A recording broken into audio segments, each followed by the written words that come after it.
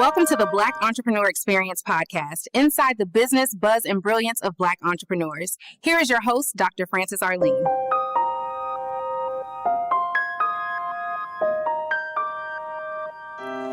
Before we dive into today's conversation about building a resilient and successful business, let's talk about the foundation. Every high-growth venture requires a plan for the unexpected. Is your family's structure as protected as your business plan? The best contingency plan for your home life is our DIY Legacy Planning Toolkit. Grab this simple roadmap right now at the link in the show notes and let's secure your legacy. Now on to the show. What happens in Vegas goes all over the world on Black Entrepreneur Experience episode number 525. Thank you for joining us as we elevate the Black Entrepreneur Experience by interviewing CEOs, thought leaders, innovative thinkers, and Black entrepreneurs across the globe. I'm your host, Dr. Frances Arleen. Our guest today is a dynamic force in business, an international developer, museum owner, author, podcaster, and coach. Her latest book, The Art and Science of Business, is all about inspiring leaders to succeed. Please welcome Sajdah Wendy Muhammad. Thank you for having me here today. I really do appreciate it. I've given our audience such a brief bio. Why don't you fill in the gaps and share with our audience what you'd like us to know about you and your business? I'm a global thought leader, and I say I'm an artist, and business just happens to be my canvas. I've been studying business since I was a little girl, since my father used to call me his little mogul. And I went on to major in business, go into public accounting, and then do a lot of business development myself. I'm a hospital developer, museum developer, author, and I just love business. I believe that it's a path forward for us as African Americans as we begin to move into this next phase of our sojourn here outside of the continent. To me, entrepreneurship is critical. Let's talk about you being a serial entrepreneur and talk about that first business you started. What was it and how did you get started? It was babysitting. I would call that my first business. And then I think my brother and I started making these little comic books, but the first business was babysitting. I forgot about that. Let's talk about your adventures now. You have a lot on your plate. What is your passion project right now? My passion project right now is really just developing into that international and global entrepreneur that can be of service globally. I don't look at my life as an entrepreneur as something that's separate from me. So the concept of a full plate or project is just kind of how I decide to express myself. So right now I'm expressing myself with the book, The Art and Science of Business, and then with the museum, which I'm sitting on the grounds of a museum that I've developed now. So I'm really focused on historic preservation of urban spaces that are important to our community here in Chicago and abroad, but primarily in the United States, because one of the things that's beginning to happen that I've noticed as a real estate developer is that our history is being erased, because as these areas regentrify, people begin to move in. They don't know the great people that lived in these spaces, especially as part of the Great Migration here in the United States of America. So that Great Migration from 1972 or so, it yielded a lot of creativity, a lot of the pop culture and the business culture that we stand on today was born out of that movement. So that's just where I'm expressing myself now. Previously, I was working very heavily in the health and wellness industry, building hospitals, massage envy clinic, that kind of thing. So it's an artistic expression, if you will, Dr. Frances. And thank you for that. And talk about the museum. How did you get into that personally? And I know you talked about, which we are in an environment about erasing our history. Talk about the name of the museum, how individuals can support it. How did you actually to hear someone say, I have a museum as an African American, physically own it? Talk about that. I've been a lover of history since I think probably the fourth grade, since my first world history class. And then right after college, I became a member of the Nation of Islam and worked and had that sojourn and that whole self-improvement process. And about 7 years ago, this beautiful property, which is the former home of the Honorable Elijah Muhammad, showed up on an auction for sale. And I never planned on being a historic preservationist. I never planned on starting a coalition for Black House museums or anything like that. But I just said it would be a shame for this history to go to waste. And especially with my love for the Honorable Elijah Muhammad and the Honorable Minister Louis Farrakhan, I said, I'm going to buy the house and create a museum. And so that's what I've been doing with this property for the past 7 years. So if you want to support, you just go to ElijahMuhammadHouse.com and you can see all the great things that we're doing. I'm so proud that we just received a Preservation Excellence Award from the city of Chicago this past spring. It's a great feat for an independent museum because oftentimes our museums are funded usually by larger organizations that kind of, for lack of a better phrase, but water down or kind of erase a lot of the pain from our struggle. What's important to me is preserving these properties and drawing inspiration from what our ancestors experienced as they navigated into many of these urban areas around the United States and helping young people to see this is what they went through. Speaking of ancestors, I want you to have a monologue and I want you to name a person, living or not, and this person has inspired you so much. Who is that person and what are you saying to that person? So the first one would be Annie Malone. She was actually the first Black female millionaire that actually trained. Madam C.J. Walker worked for her. And she's especially important to me because of what she built, her properties, her schools, the training, the number of entrepreneurs that she created. And if I could say something to her, I would just say, give me what you didn't get a chance to accomplish. And I got it. Because I know she went through a lot. There was a lot of pain. There was a lot of challenges, leaving things to people that maybe didn't carry on her legacy. And I would say to her that that transference of wealth, that legacy doesn't have to be a blood relative. Give it to me and I'll take it. And whatever you didn't accomplish, I got you. That's what I would say to her. And then the second person that popped in my mind was Harriet Tubman, because one of the statements that she makes is that she could have freed so many more had they known that they were slaves. And one of the things that I'm finding in my work, Dr. Francis, is that, especially as I speak about business, because I've been on the other side of the table, starting out as in public accounting and then in consulting as a developer, I understand many of the forces that are against us. I can't say I understand all of them, but I've seen a lot. And it's very challenging to convince people that we need to focus on our freedom in terms of entrepreneurship when we don't know that there's a problem.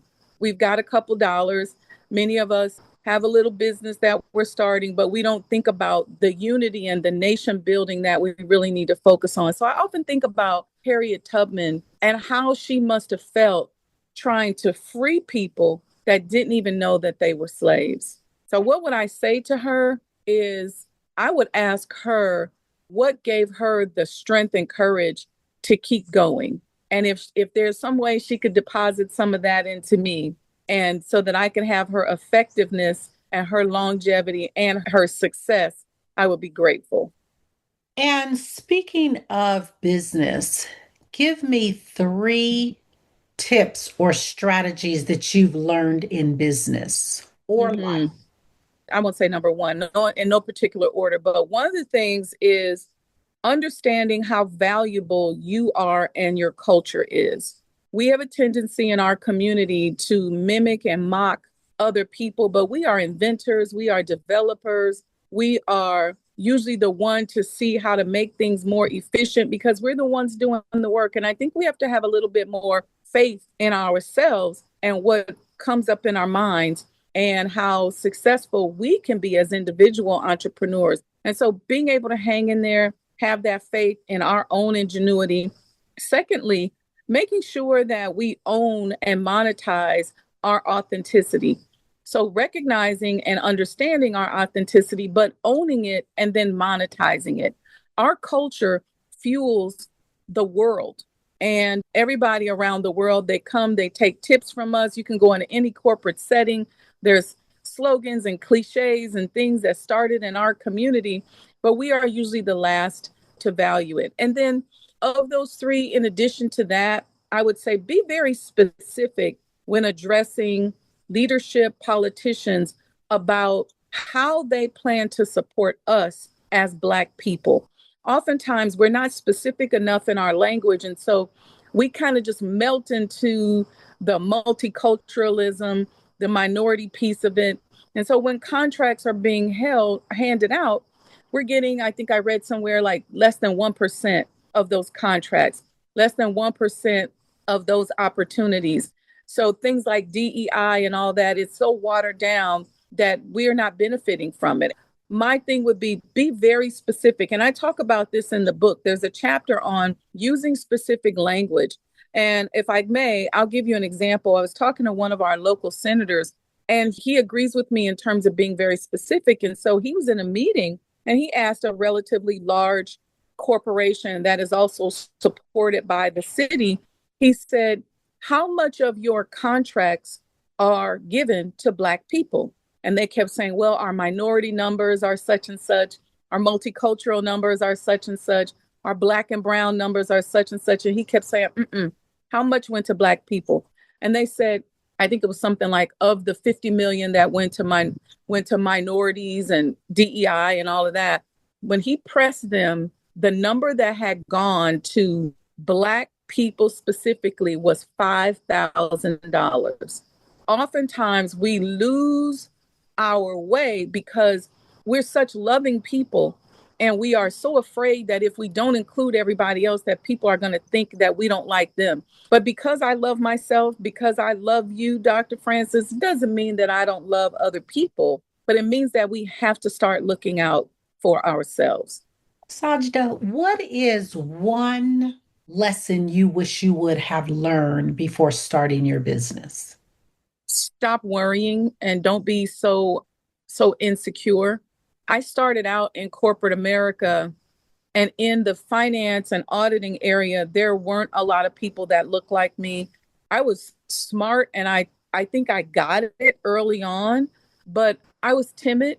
I was insecure because I didn't really know how to navigate that environment. And I think I probably would be a lot more aggressive. And even if I had to bulldoze my way a little bit more, I would have done it. But growing up, being that person that got the good grades, kept my desk clean, I was trained to be what Michelle Obama calls a box checker.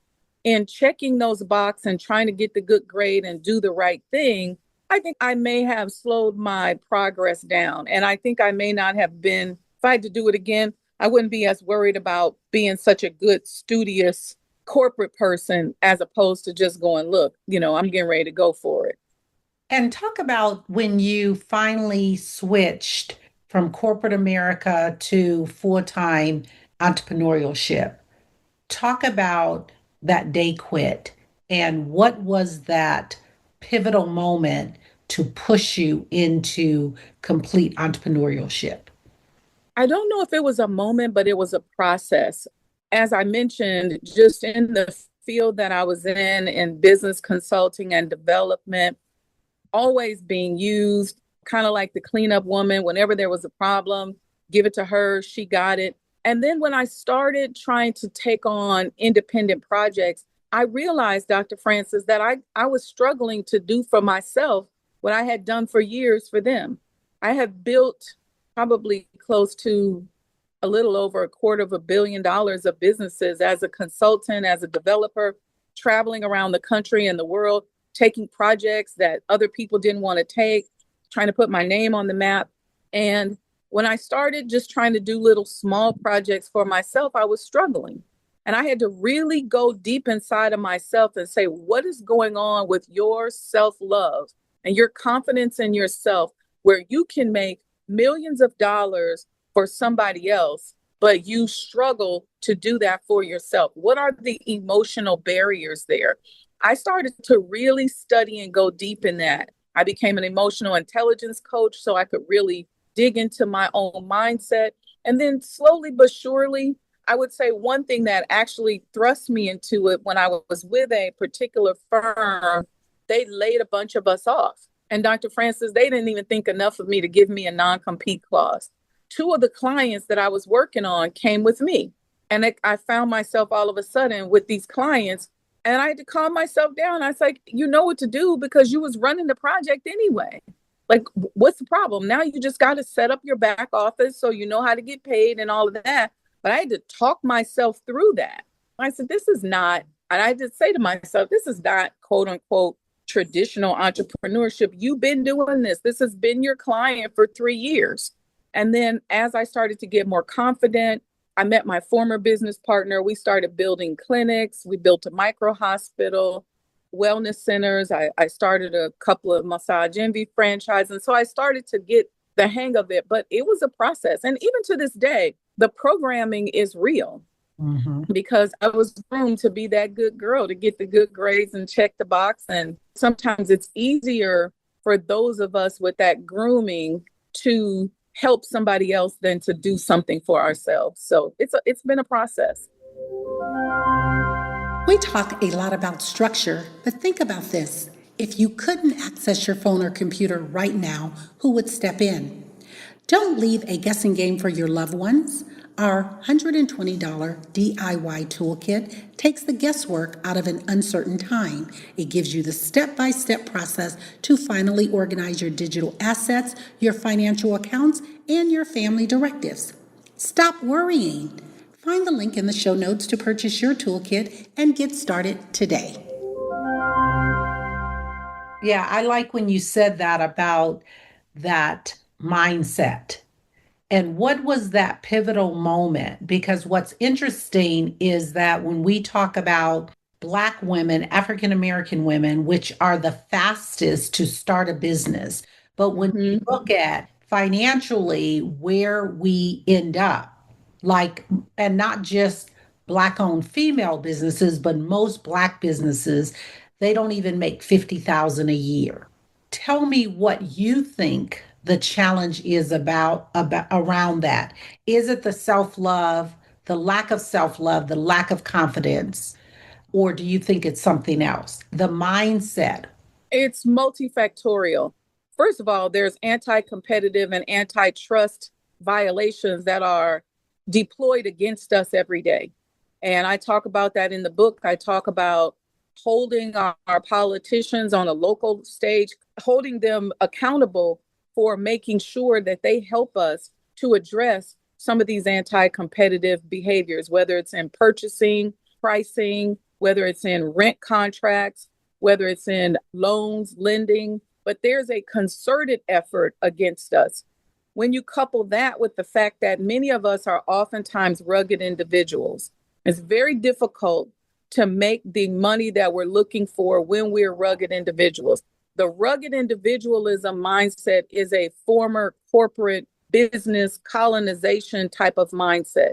Let me just do what I got to do so I can stay safe, so I can keep my family safe, so nobody whips or beats my children, so that we can get the extra fried chicken, so we can move up on the hill. It's all about that. But if you notice with other cultures, they're very focused on unity and cooperation and cooperative economics. So in addition to what's been placed against us, it's the lack of cooperative economics. And then I would say the third thing is the mindset, which is sort of like a through line through it all. And until we get to that point where we get past those first two, but mostly the second one, because today is a perfect opportunity, Dr. Francis, because we're in an information age and everything's based on algorithms. It's not anymore about who you know and who you don't know. So much of it is algorithms. And if that algorithm is written to assume that you and I are going to go into business and we're going to be a rugged individual and we're going to be by ourselves, then we're going to fall right in line. And they already know and have already predicted. I've been on projects where they know how much you're going to make as soon as you get your license. As soon as you do everything that they know based on how your business is set up, what your financial projections are going to be. However, if it's me, you, and several other people that get together, it don't have to be all of us when we talk about unity. But if there's 10 of us that come together and pool our resources and say, look, we're going to support one another, we're going to have trade services, whatever that looks like, then now all of a sudden we are disrupting that algorithm. And so that algorithm that set up you and I to where we could only make $50,000 a piece, now there's 6, 8, 10 of us together, and we might be able to make $10 million because they didn't count on me not having to go to somebody else from marketing when I go to my sister. And this is what a lot of these other cultures do, especially when they come here to the States. So a little shift in mindset. The mindset is the through line, but specifically addressing those antitrust and anti-competitive violations, and then moving ourselves away from rugged individualism, which includes supporting Black businesses. So you may have to drive an extra exit or extra mile to go support a business. But if you have a family, and let's say I was telling somebody the other day, I said I had people in town, there was 10 of us, and I chose a Black restaurant, a sister that I know that has a beautiful space. And the 10 of us came in there, we ate, we spent time. We don't know if that helped her make her payroll that week. We don't know if that gave her extra revenue to where now she's got a little cushion to make it a few more months. We don't know if those 10 people now are going to turn around and bring other people into the business. There's a lot that happens when we start to really support one another like that. And do you find that you have there in Chicago or because you do a lot of international business, do you find that you have your tribe of 10, or is that something you're still working on? I have a good tribe, but it is constantly growing and evolving. Okay. And there's a core group of us that we all kind of support one another and do things together. And then there's some people who come in and out of the tribe, where there may be some initiative we're working on and we say, okay, this is a good person to add to the group for us to support. And then maybe the next event, they're not a good match. But I'm building, especially internationally, and I'll say this especially about Africa. I love, love, love Africa, especially West Sub-Saharan Africa. And we have a love affair with Africa where we can't wait to get back there. We've always kind of felt like when we get back, they're going to be like, welcome home, and that oftentimes is not the case. And so what I tell my clients that I coach, that before we start going to Africa, before we start working on stuff, let's make sure that we build partnerships. We got to go back and forth enough so that we build partnerships. We find people that we trust. So if you have a business or you have property over there and you have to leave it, there's somebody that can be entrusted with your assets or to look out for your stuff. Oftentimes what we do is because we're emotional when we go over, we forget that we have to build this circle of people that can be trusted and that we can work with. So, and it takes time to build that circle of people that trust and to learn how to do business in different cultures. There's a lot of things that we do in America and as Americans that aren't tolerated in other countries or that just aren't done. We have to learn those things as we travel internationally as well. Can you give us an example of that, specifically pertaining to Africa, something that we do here in the United States that's not tolerated in Africa? Mm-hmm. Again, we're very individualized. We're all about the rugged individual. Even if we have a little business and I call it own our job and we're working and doing good, then when we get to Africa, we think that we can just pitch a tent and open a business. But there's so many factors and so many people. If you do that in certain parts of Africa, you would be kind of like a vendor or a person who's just selling like one or two products on the street or something. But we have to be comfortable with cooperative economics. We have to be comfortable with building relationships and organizational structures so that when we go to those countries, thinking you're going to do it by yourself is just not going to happen. You're going to likely lose all your money. You're going to lose your office.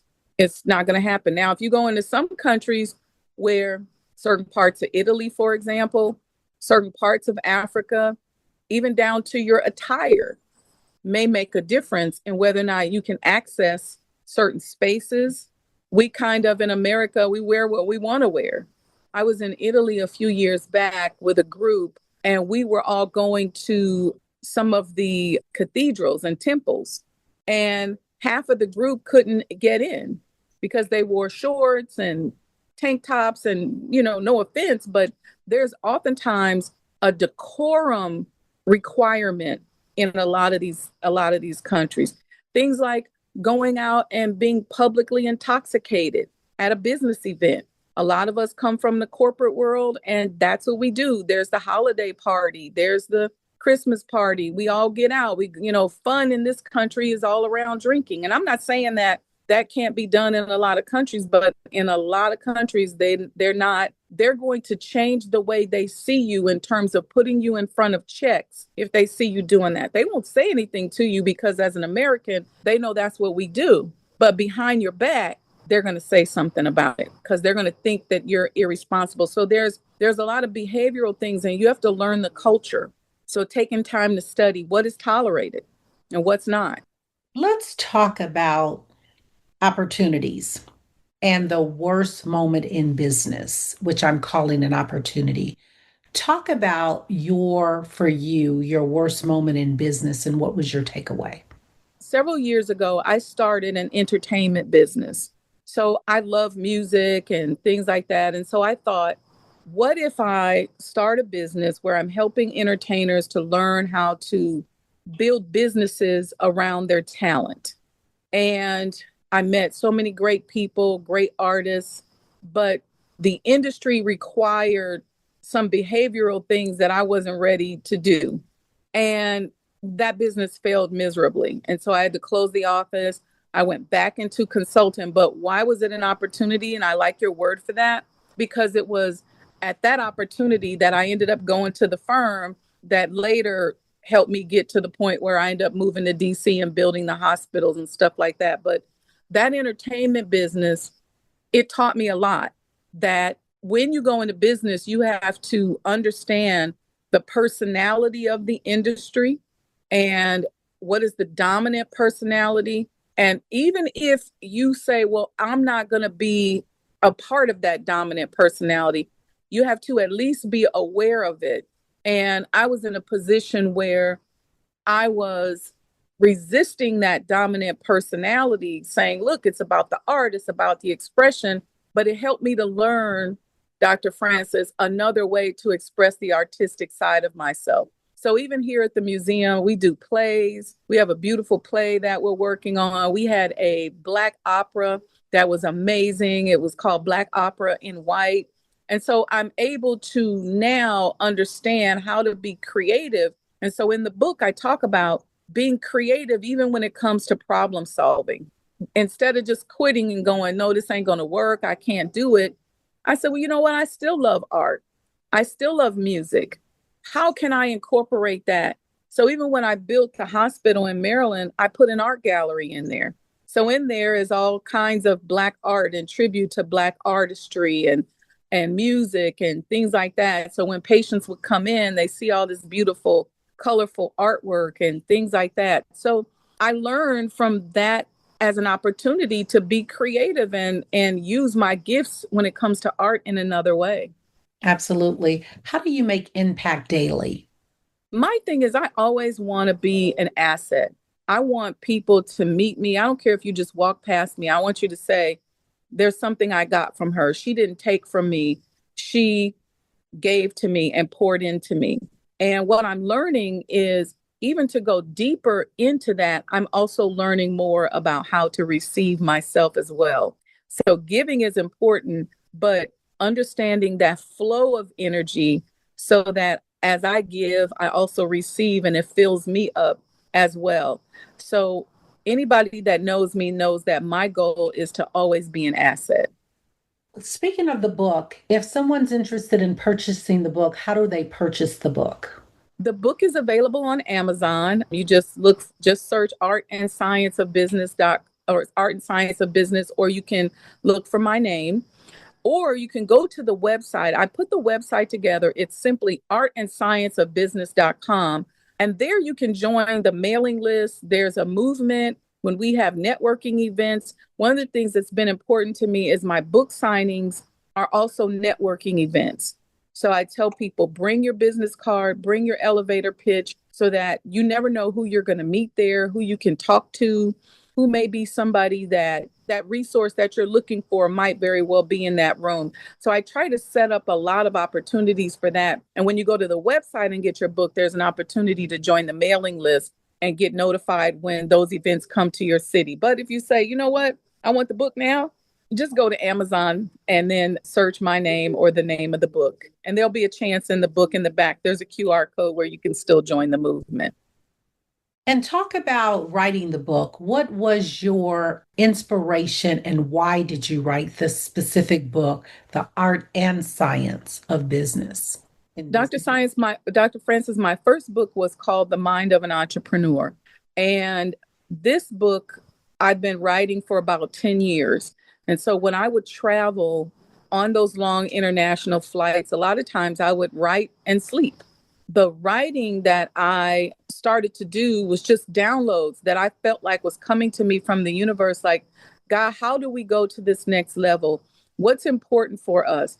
What's blocking us? What should we be thinking about? What is our mindset? What mistakes are we made? And I just kept posing those questions to the universe. And recently, like around June or July, it was like, I just got this strong sense, finish it, put it out, finish it. And so that's what I did. And so we've been blessed. We've got some universities and some schools and some mastermind classes where people are going to start utilizing the book. And the book is designed to be a supplement to whatever you're already doing. So there's some people who say, well, I follow this movement or I'm doing that. I say, you know what? It's okay. We have to move away from what I call binary thinking. It's not, do you like Malcolm or Martin or Prince or Michael Jackson or Rihanna or Beyonce? You might like all of them. And you might be able to take something from Malcolm and take something from Martin and take something from Beyonce and take something from Rihanna and something from Prince and something from Michael Jackson. We have to get away from this. Again, it's a slave colonial type of thinking where everything's always this or that, pick a side. And if you're on the wrong side, then you're canceled. Well, let's create a platform where we're pulling from Powernomics with Dr. Claude Anderson. We're pulling from Earn Your Leisure. We're pulling from the art and science of business. And we're putting together a platform that makes sense for us.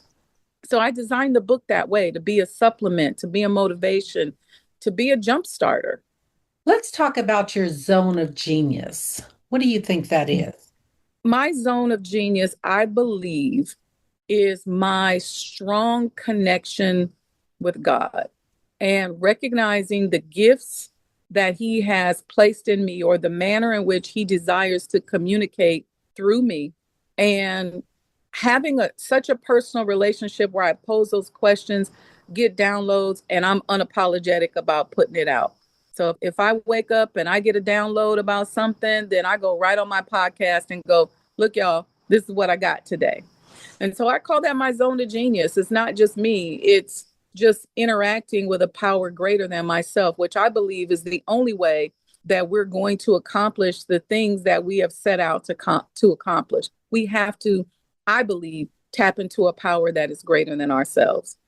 Talk about your podcast. Tell us the name and how can they listen and how often do you drop an episode? Yep. It's the Sajdah channel. It's on YouTube, Sajdah. It's on YouTube, or you can search my name, Sajdah Wendy Muhammad.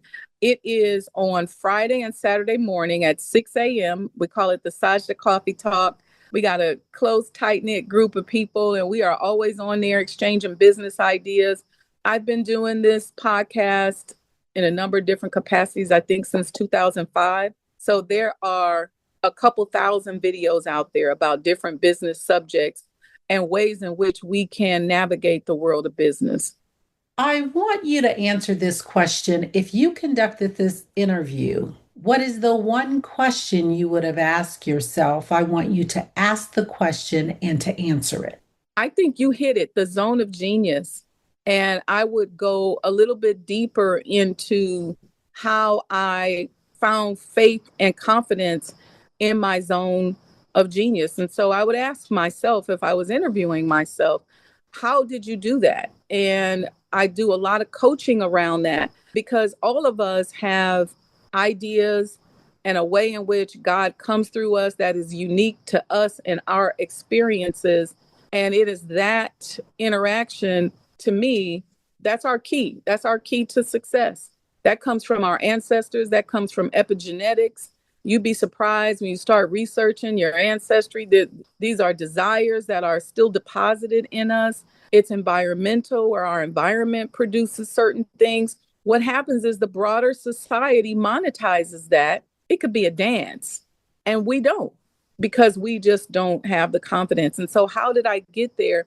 It came from what we talked about early in the interview, the interaction in that corporate America setting, where I realized, I said, these people ain't thinking about me. They thinking about me in terms of a job, but they're not thinking about the other sides of me, the special parts of me, the part of me that makes me a great contributor.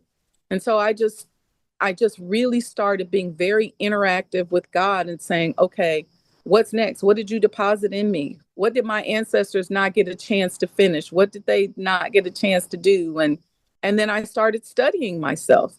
And I said, where did the love of art come from? Where did the love of business come from? And I go deep into that with my clients when I coach people.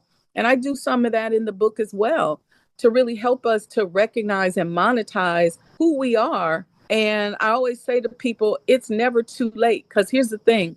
When we're young, we really can't hear that good. It takes time. I heard the Honorable Minister Louis Farrakhan say sometimes around 50, 60, you start hearing and you start getting it. I would tell anybody, start paying attention. What's that one thing that you always wanted to do? Or that one interest? What's that one interest that you've always had that just won't go away? And so I would dive into that. Absolutely. Let's talk about financing your business. How did you finance your business? So some businesses I financed myself, just bootstrap myself. For example, when we built the hospital, we couldn't get a loan from the bank. We had other businesses we were renting, and we had several surgery centers, and we were trying to build this big micro hospital. $20 million project, couldn't buy we owned the land and everything and couldn't get a loan. We had to bootstrap it up to about 16 million. And then we got a loan at the end for like 5 million or something like that. I tell us as a people, I've never, or I won't say never, I've rarely seen where we get this big infusion of cash. It's very rare.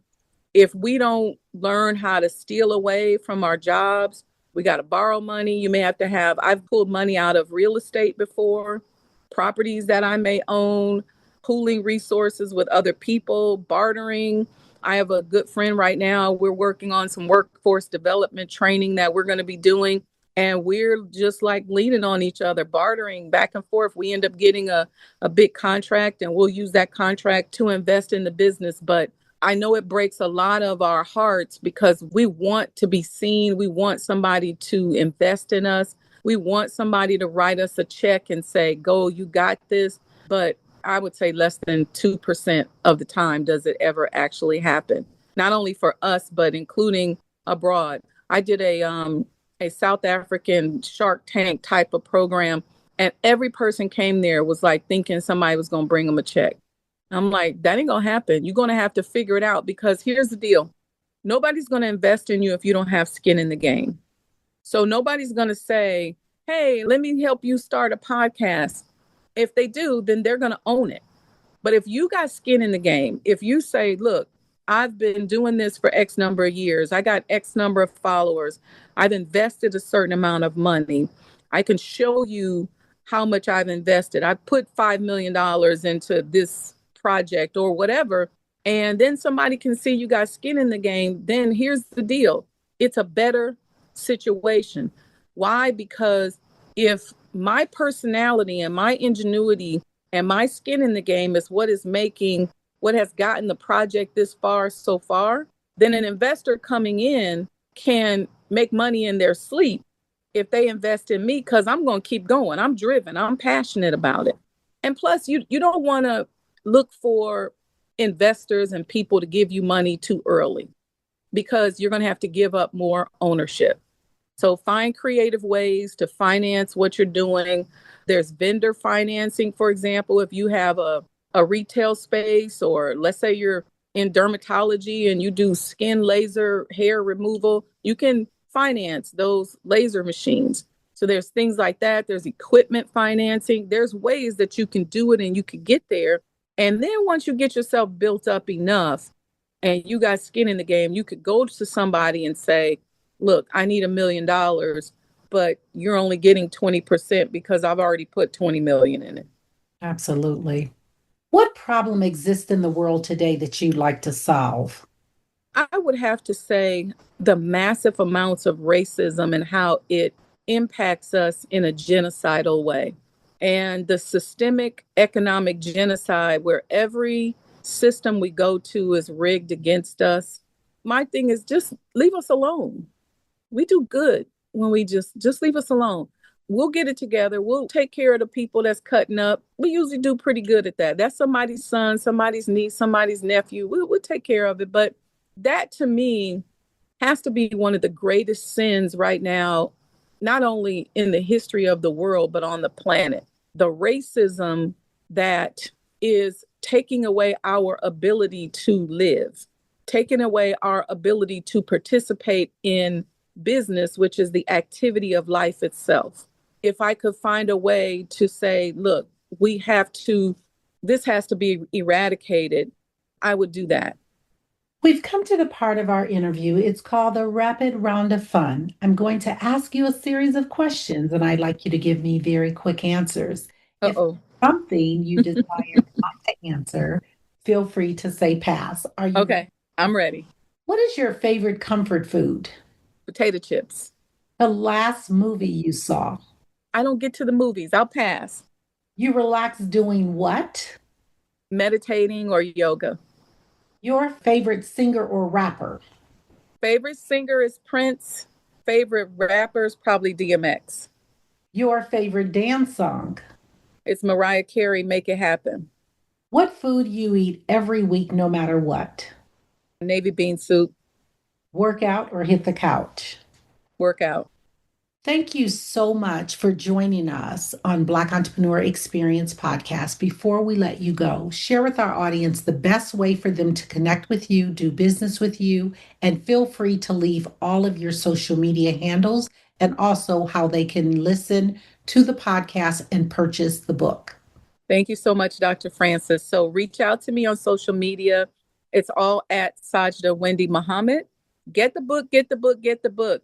Art and Science of Business. And if you forget, go to artandscienceofbusiness.com, get a copy of the book. If you want to learn more about this beautiful museum, just go to elijahmuhammadhouse.com. And if you want to book me for a coaching session, you just go to booksajdahwendymuhammad.com. Thank you, Sajdah. That is a wrap. Thanks again to our incredible guests for sharing their insight on building a resilient business.